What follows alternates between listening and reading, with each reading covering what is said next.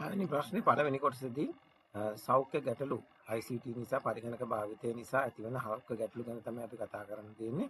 ඉතින් මේකෙදී මේ ගැටලු සහ ඒක මගහරවා ගන්න කොට ගැන අපි අවධානය යොමු කරන්න ඕනේ.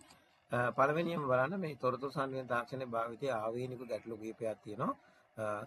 සුඛෝපභෝගී බව සහ සෞඛ්‍ය ගැටලු කියන කොටසදී අපි ඉගෙන ගත්තා. මාංශ පේශි සහ අස්ථි ආශ්‍රිත ගැටලු. ඉතින් පවතින කොඳු වැටපෙළ නිවැරදිව පවත්වා ගත්තේ නැති වුණොත් ඇතිවන ගැටලුවක්. ඒ වගේ පුනරාවර්ති ආතති පීඩාව මේ අතේ සහ උරහිස ආශ්‍රිතව ඇතිවන එකක්. ඇඟිලි දක්වාම යනවා මේක. ඒ වගේම කපාල දෝනා සහ ලක්ෂණය අතේ ඇඟිලි හිරි වැටීම ඇතිවන දෝෂය. ඒ වගේම මේ ඇස්වල ඇතිවන ගැටලුව පරිගණක දෘෂ්ටි සහ ලක්ෂණය. ඒ වගේම හිසේ කැක්කුම මාංශ බෙල්ලේ මාංශ පේශිවල වේදනාව. ඒ වගේම ආතතිය ස්ට්‍රෙස් කියන එක ඇති වෙනවා. ඉතින් මේ සෞඛ්‍ය ගැටලු මගහරව ගන්න නම් අපි පළවෙනියෙන්ම කරන්න ඕනේ නිවැරදි ඉරියව්වෙන් යුතුව පරිගණකයේ ඉස්සරහා වාඩි වෙන්න ඕන. මේ පරික්ක කියලා අපි ඉගෙන ගත්තේ ඇස් මට්ටමට හෝ ඊට වඩා පොඩ්ඩක් පහළින් තියා ගන්න ඕන මොනිටරේ. ඒ වගේම අපි පරිගණක තීරය අංකල් 18ත් 28ත් අතර දුරකින් පවත්වා ගන්න ඕන. කොන්ද මේ රූපේ තියෙන විදිහට හේතු වෙලා කොන්ද කෙලින් තබා ගන්න ඕන.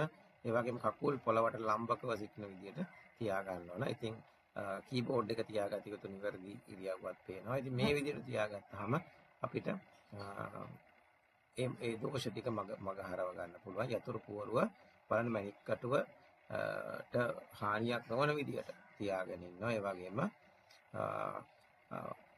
ඇසට අපිට මේ ඇස් වලට ඇති වෙන හානිය වළක්ව ගන්න නම් ආලෝක තිරේ අපිට අඩු කර ගන්න පුළුවන්, දීප්ති අඩු කර ගන්න, වැඩි කර ගන්න පුළුවන්.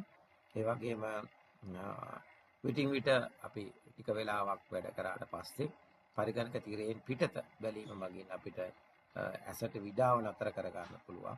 ඒ වගේම කාර්යයක් ඇතුළත කෙටි විවේකයක් සහ කෙටි දුර ඇවිදීම පොඩ්ඩක් ඇවිදලා එන්න පුළුවන්. ඒකදී අපිට ඒ වගේම ඇස් වලට විවේකයක්, ඒ වගේම ඇඟටත් එක්සර්සයිස් එකක් වෙනවා. ඊළඟට පැය 7-8ක කාලයක් පරිගණක සමග වැඩ කරොත් අනිවාර්යෙන් ගෙදර ඇවිල්ගෙන ආයෙත් ටික වෙලාවකට පස්සේ ආයෙත් ඒ වගේ වෙලාවක් වැඩ කරන්න යන්න ඕනේ.